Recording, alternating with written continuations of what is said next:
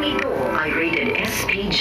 Striktong patnubay at gabay ng magulang ang kailangan. Maaaring may masisirang tema, lengguwahe, karahasan, sexual, horror o droga na hindi angkop sa mga bata.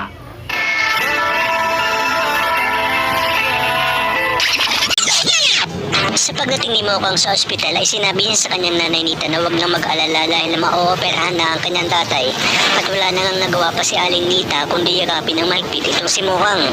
Samantala ay nahabol pa din sinatanggol ng grupo ni Laroy at pinaputukan ng baril. Nang makita ni Laroy na may pulis na sumusunod sa kanila ay agad niyang inutos sa kanyang mga tauhan na iliko ang sasakyan upang makatakas sila sa mga pulis.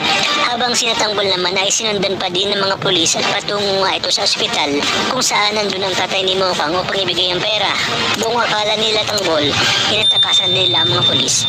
Kaya naman dumiretso na sila sa ospital upang ibigay kay Mokang ang pera.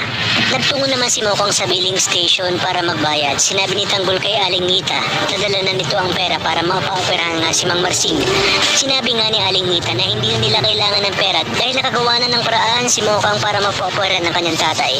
Agad naman pinuntahan ni Tanggol si Mokang sa billing station. Dito sinabi ni Tanggol na dala niya na ang pera at mapapa-opera na umano ang tatay niya. Sinabi naman ni Mokang na ibalik na lang ito ni Tanggol kung saan niya man ito kinuha at tinanong ni Mokang kung saan niya nga kinuha ang pera. Kung kahit dito sinabi ni Tanggol na gagawin niya lahat-lahat matulungan lang si Mokang. Tinanong nga ni Tanggol kung saan si Mokang kumuha ng pangbayad. Kung binenta na ba umano nito ang kanyang buri. Hindi na nga nakasagot itong si Mokang kundi napaiyak na lamang ito at napalood sa harapan ni Tanggol. Dito nga ay humingi siya ng tawad kay Tanggol at niyakap niya ito ng mahigpit. Dumating na ang mga pulis sa ospital at narinig nga nila Tanggol ang putok ng baril. Kung kaya't dito sinabi ni Mokang na umalis na umano sila Tanggol. Kaya naman dito agad-agad na umalis sila Tanggol. Dala-dala ang pera na ninakaw ito kay Roy. Dito na nga magpapang-aabot sina Tanggol at Rigor at walang awang babarilin ni Rigor si Tanggol. Kung kaya't itatanong ni Mokang kung bakit ginawa ito ni Mang Rigor sa kanyang anak. Dito na nga kaya malalaman ni Mokang ang buong pagkatao ni Tanggol na siya ay hindi tunay na anak ni Mang Rigor. Ngunit ano kaya gagawin ni Ramon sa oras na malaman niya na siya pala ang dahilan kung kahit nangyari yung kay Tanggol. Dahil hindi naman ito gagawin ni Tanggol kundi naman dahil kay Mokang.